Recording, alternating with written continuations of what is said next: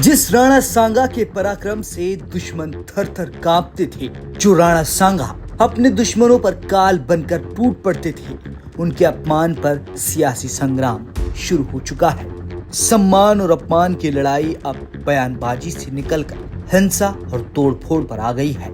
आज आगरा में करणी सेना के कार्यकर्ताओं ने समाजवादी पार्टी के सांसद रामजी लाल सुमन के घर पर धावा बोल दिया। राणा सांगा पर दिए विवादित बयान के बाद से एसपी सांसद रामजी लाल सुमन पहले से बीजेपी और हिंदुत्ववादी संगठनों के निशाने पर थे। आज करणी सेना की सैकड़ों कार्यकर्ताओं ने आगरा में रामजी लाल सुमन के घर पर जमकर उत्पात मचाया। देखिए करणी सेना के कार्यकर्ताओं ने कितनी गाड़ियों में तोड़फोड़ की। गाड़ियां गिनते जाइए, एसपी का झंडा लगी ये गाड़ी देखिए कैसे करणी सेना के गुस्से का शिकार हुई। अब दूसरी गाड़ियों को देखिए, इनके शीशे चकनाचूर कर दिए गए, कुर्सियों को उठा उठा कर पटका गया। करणी सेना के कार्यकर्ताओं को काबू में करने के लिए पुलिस के पसीने छूट गए। हमले के दौरान पुलिस और करणी सेना के बीच भी जमकर टकराव हुआ। इस झड़प में एक इंस्पेक्टर समेत कई पुलिसकर्मी भी घायल हो गए, लेकिन बाद में पुलिस ने प्रदर्शनकारियों पर जमकर लाठियां बरसाईं। करणी सेना के कुछ कार्यकर्ताओं को हिरासत में भी लिया गया। हमले के बाद रामजी लाल सुमन के घर की सुरक्षा बढ़ा दी गई है। हंगामे और तोड़फोड़ के बाद समाजवादी पार्टी के सांसद रामजी लाल सुमन के समर्थक उनके घर पहुंचे। समर्थकों ने करणी सेना के खिलाफ अपना गुस्सा जाहिर किया। अब एसपी सांसद रामजी लाल सुमन का राणा सांगा पर दिया वो बयान सुनिए जिस पर हंगामा बरपा है।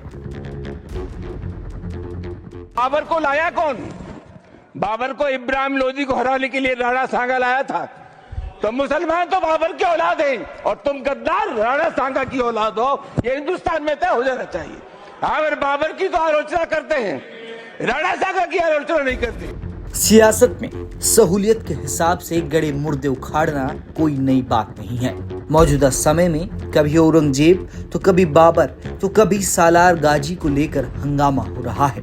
सीएम योगी ने भी राणा सांगा पर विवादित बयान को लेकर समाजवादी पार्टी के डीएनए पर सवाल उठाए, तो समाजवादी पार्टी ने भी पलटवार करने में देरी नहीं की। राणा सांगा के इतिहास को अगर इन्होंने पढ़ा होता, वो महान योद्धा जिसके शरीर के घाव इस बात को बताते थे कि इन्होंने भारत की धर्म और संस्कृति को बचाने के लिए उस समय किस प्रकार के पराक्रम का परिचय दिया था।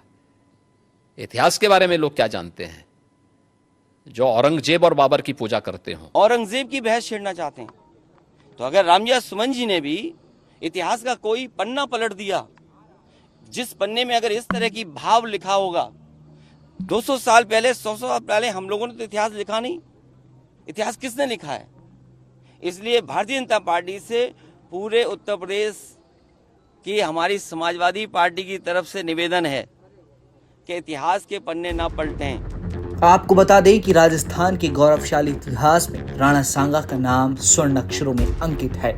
युद्ध में 80 घाव लगने के बावजूद पराक्रम दिखाने की गौरव गाथा बड़े सम्मान के साथ गाई जाती है, लेकिन महाराणा कुंभा के पोते राणा सांगा पर विवादित बयान के बाद से ही हो रही सियासत फिलहाल थमती नजर नहीं आती। ब्यूरो रिपोर्ट, राजस्थान तक।